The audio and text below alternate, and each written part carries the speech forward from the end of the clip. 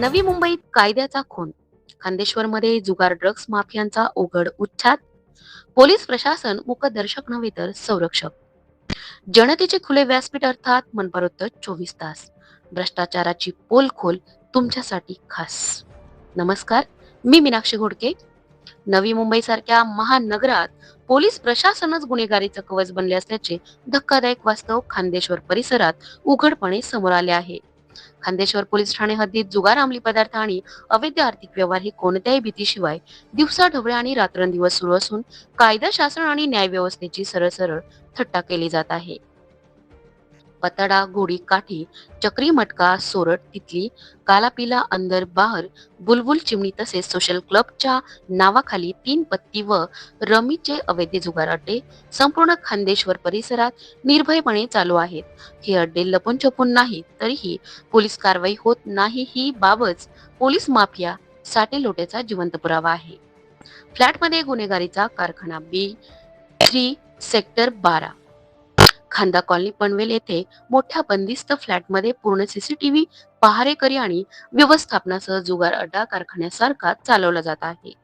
हे अड्डे पोलिसांना माहीत नसते अशक्य असून माहिती असूनही डोळे झाक केली जात असल्याचे स्पष्ट होते. वरिष्ठ अधिकाऱ्यांचा उघड आश्रय.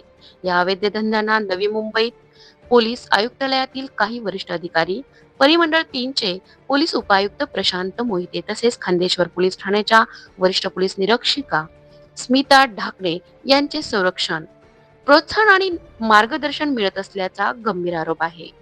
कर्तव्यपालनाऐवजी गुन्हेगारीला संरक्षण देणे म्हणजे कायद्याशी केलेला उघड विश्वासघात आहे.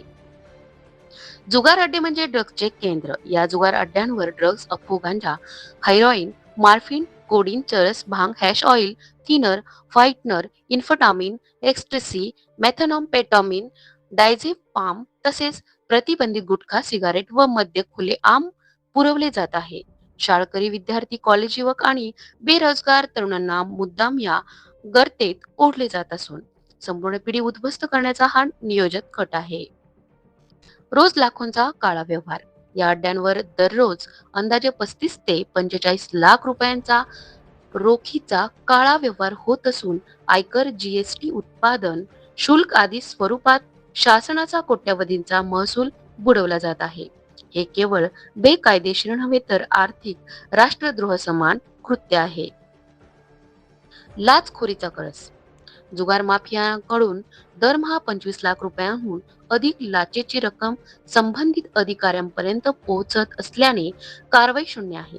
उलट वरिष्ठ पातळीवर खोटे अहवाल पाठवून जाणीवपूर्वक दिशाभूल केली जात असल्याचे चित्र आहे. कायदा मृतप्राय. भारतीय न्याय संहिता 2023, मुंबई जुगार प्रतिबंध अधिनियम, NDPS कायदा, माहिती तंत्रज्ञान कायदा, अन्न सुरक्षा व पर्यावरण संरक्षण कायदे यांचे उघड उल्लंघन होत असताना प्रशासनाचे मौन म्हणजे गुन्हेगारीला दिलेला मूकसंमती आहे. थेट प्रश्न, पोलीस यंत्रणा जनतेच्या संरक्षणासाठी आहे की माफियांच्या सेवेसाठी? कायद्याचा धाक संपला असेल तर गुन्हेगारीच राज्य करणार का? प्रशासनाने तात्काळ डोळे उघड कठोर कारवाई केली नाही तर स्फोट नवी मुंबईच्या सामाजिक शांततेला उद्ध्वस्त करेल हे निश्चित.